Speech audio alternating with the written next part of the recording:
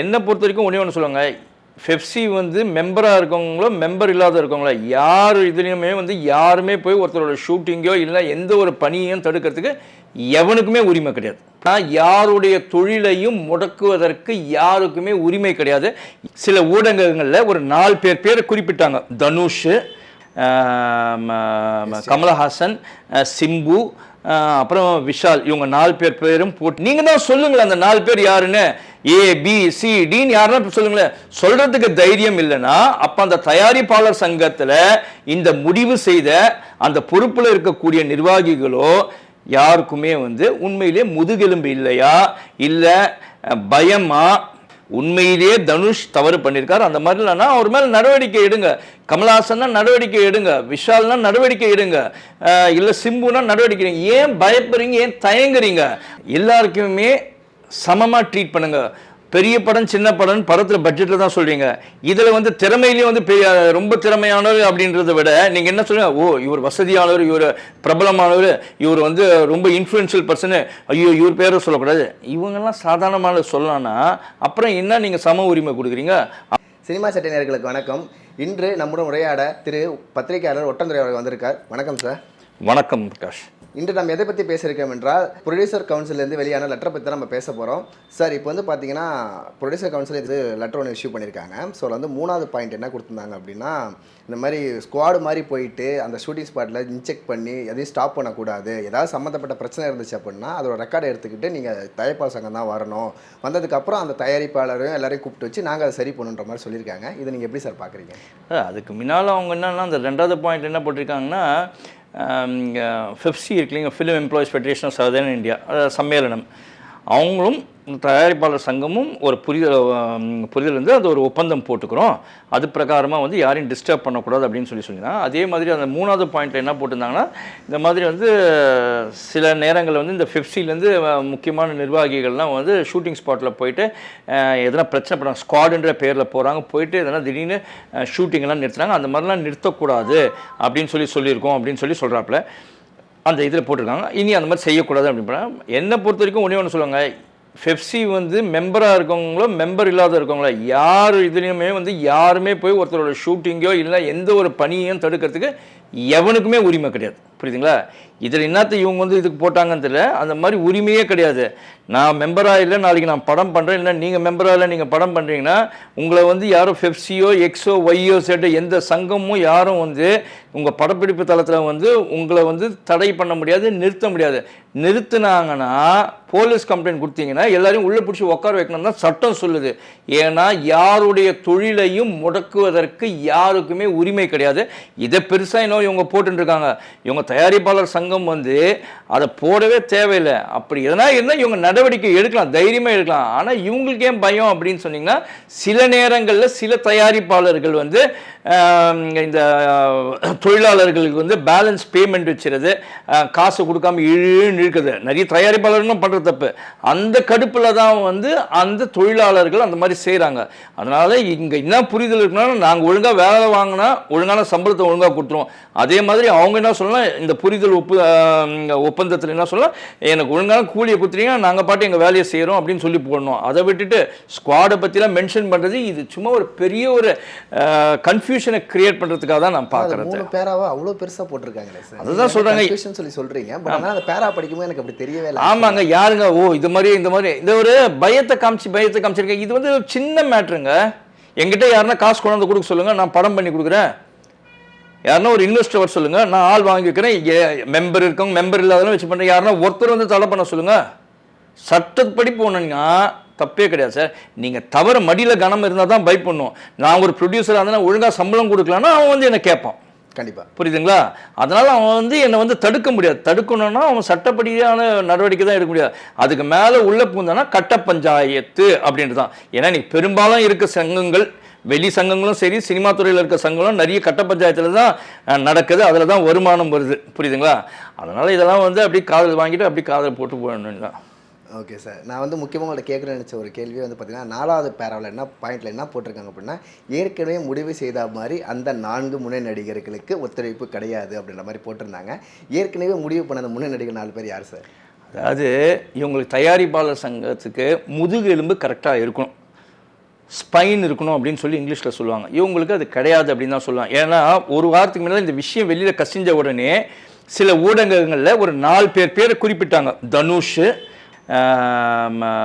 கமலஹாசன், சிம்பு, அப்புறம் விஷால், இவங்க 4 பேரும் போட்டு இந்த மாதிரி இவங்களுக்குலாம் வந்து ரெட் கொடுத்துருக்காங்க, ரெட் கார்டு இஷ்யூ பண்ணியிருக்காங்க, இவங்களுக்குலாம் ஒத்துழைப்பு கொடுக்கறதில்லன்னு சொல்லி தயாரிப்பாளர் சங்கத்தில் வந்து முடிவு செஞ்சுருக்காங்க அவங்க செயற்குள்ள அப்படின்னு சொல்லி சொன்னாங்க.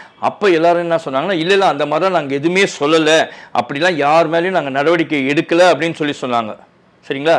ரைட்டு. நடவடிக்கை எடுக்கலன்னா இவங்க 4 பேர் மேலே கிடையாது, வேற ஒரு 4 பேர் மேலே சொல்லியிருக்காங்க நடவடிக்கையே எடுக்கல அப்படின்னு சொல்லிட்டு நேற்று இருக்கிற அறிக்கையில் முன்னணி நடிகர்கள் 4 பேர் மேலே வந்து நாங்கள் இந்த மாதிரி ஒரு நடவடிக்கை எடுக்கிறோம், ஒத்துழைப்பு கொடுக்கறதில்ல அப்படின்னு சொல்லி சொன்னாங்க. அப்படியே ஒரு பயம், அந்த 4 நடிகர்கள் இவங்களுக்கு முதுகெலும்பு இருந்து தைரியம் இருக்கிற ஆள் இருந்தாங்கன்னா இவங்க அந்த 4 பேர் சொல்லலாம். இது வியூகத்தில் வந்து காதில் கேள்விப்பட்டதோ இல்லை வியூகத்தில் வந்து ஊடகத்தில் போட்டாங்க. நீங்கள் தான் சொல்லுங்களேன் அந்த 4 பேர் யாருன்னு, ABCDன்னு யாருன்னா சொல்லுங்களேன். சொல்றதுக்கு தைரியம் இல்லைன்னா அப்போ அந்த தயாரிப்பாளர் சங்கத்தில் இந்த முடிவு செய்த அந்த பொறுப்பில் இருக்கக்கூடிய நிர்வாகிகளோ யாருக்குமே வந்து உண்மையிலே முதுகெலும்பு இல்லையா, இல்லை பயமா, இல்லைன்னா வந்து அப்படியே நடுவுரமில்ல தழுவுரமீனாட்டம் அப்படி போகிற மாதிரி சொல்லுவாங்க தெரியுமா, அந்த மாதிரி எப்படியாவது எஸ்கேப் ஆகி போகணும் அப்படின்னு பார்க்குறாங்களே தான் ஒரு சந்தேகத்தை ஏற்படுது. பட் இப்படி வந்து ஒரு அறிக்கையை வந்து ஒரு மட்டமான அறிக்கையை நான் வந்து தயாரிப்பாளர் சங்கத்தில் எதிர்பார்க்கல. எப்பயுமே ஒரு தலைமையில் இருக்கிறவங்க யாராக இருந்தாலும் தைரியமான ஒரு அறிக்கையை விட தெரியும். ஆனால் அந்த தைரியம் வந்து இங்கே இழந்திருக்குது இந்த தயாரிப்பாளர் சங்கத்தில் அப்படின்னு தான் நான் சொல்லுவேன். இப்போ வந்து பார்த்தீங்கன்னா தயாரிப்பாளர் சங்கத்தில் அந்த 4 முன்னாடி நடிகர்கள் சொல்லியிருக்காங்க, அவங்க பேரை வந்து குறிப்பில்லை. இதை நான் எப்படி பார்க்குறேன் அப்படின்னா, திருப்பி இன்னைக்கு எல்லாமே கொடுத்துட்டு இந்த பிரச்சனை எப்படி வேணால் சரி பண்ணிடலாம், சரியானதுக்கு அப்புறம் நம்ம திருப்பி அவங்கள்ட்ட போய் நிற்கணும், ப்ரொடியூஸ் பண்ணணும் அப்படின்றனால வந்து அவங்க பேரை வந்து மறைமுகமாக சொல்லியிருக்காங்களா, இல்லை வந்து பேரை குறிப்பிடாததுக்கு என்ன காரணம் இருக்கும், இது காரணமாக தான் இருக்கணும் அப்படின்னு நான் நினைக்கிறேன் சார். இதில் என்ன ஒரு விஷயம் அப்படின்னு பார்த்தீங்கன்னா,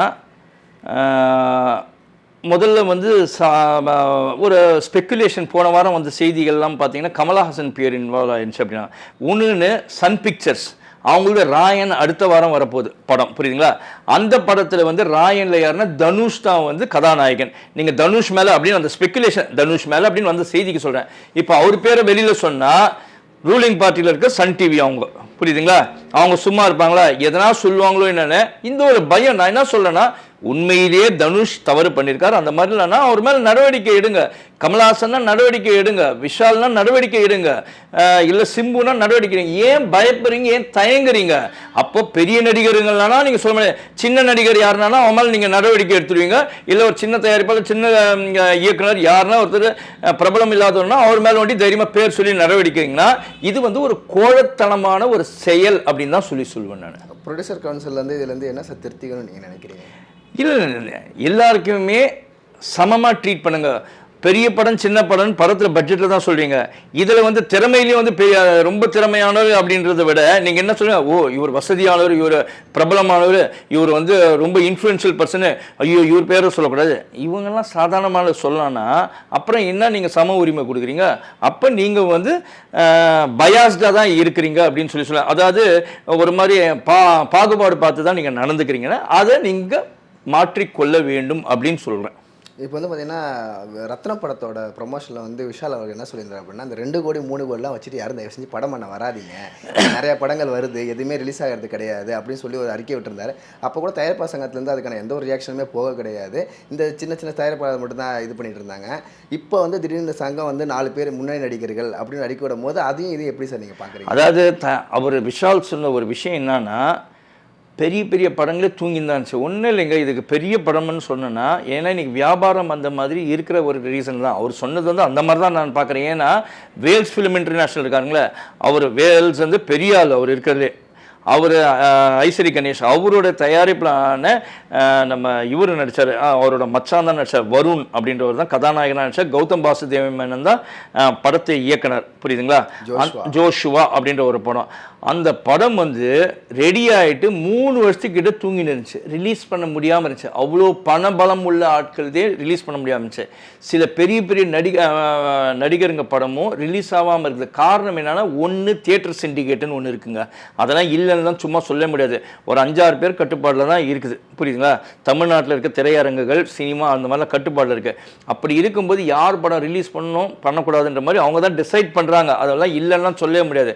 அந்த மாதிரி காரணத்தினால பெரிய படங்களே வட்டியில் மாட்டின்னு பெரிய அவஸ்தைப்படுறாங்க.